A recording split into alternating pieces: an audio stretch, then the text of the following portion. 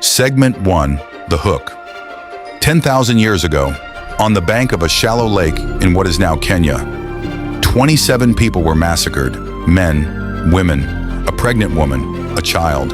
Their hands were bound, their skulls were caved in, their bodies were left face down in the mud, and then the lake swallowed them whole. For decades, historians told us a comfortable story, that humans were peaceful by nature. That war was a disease we caught from civilization, a modern sickness, a recent mistake. This site, called Nataruk, didn't just challenge that story, it buried it.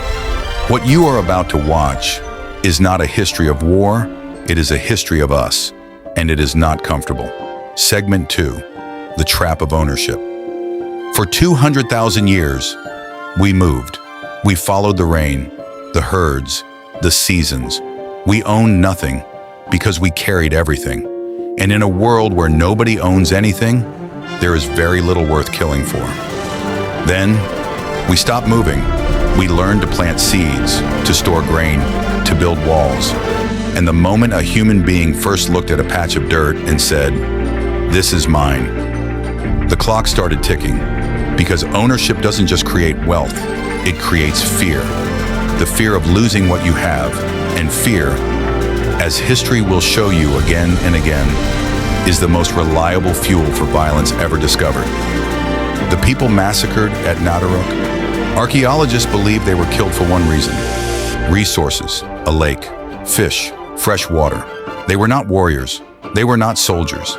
They were simply in the wrong place, in a world that was just learning what it meant to want more than it needed. Segment 3, The Birth of the Warrior. The first farms became the first villages. The first villages became the first cities. And war, which had once been a desperate scramble for survival, transformed into something far more calculated. It became a system. For the first time in human history, society split into two groups: those who produced and those who protected, the farmer and the soldier. But here is what the history books don't say loudly enough. Protection and domination are separated by a very thin line, and we crossed it almost immediately.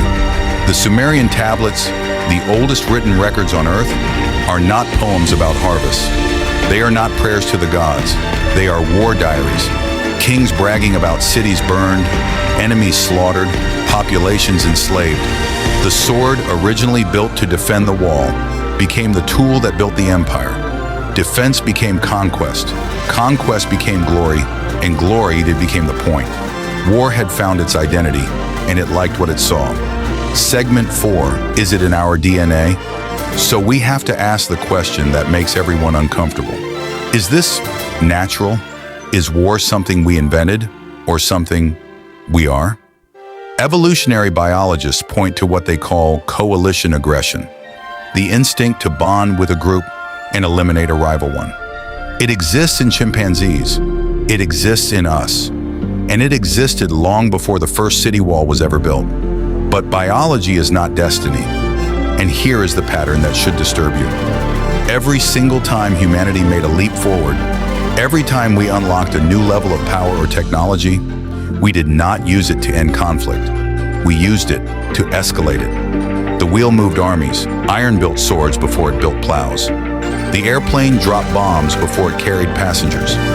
And today, artificial intelligence, the greatest tool our species has ever created, is being quietly, methodically weaponized. From the obsidian arrowhead to the autonomous drone, the story is the same. The technology changes. The instinct does not. Segment 5, The Only Question That Matters. War is not something that happened to us. We chose it.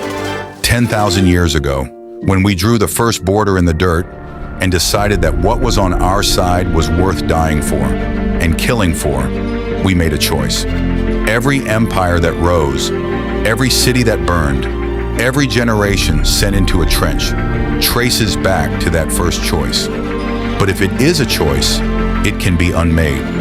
The next chapter of human history will be written by people who are alive right now. People who will inherit weapons powerful enough to end civilization. And the question isn't whether you support war or oppose it.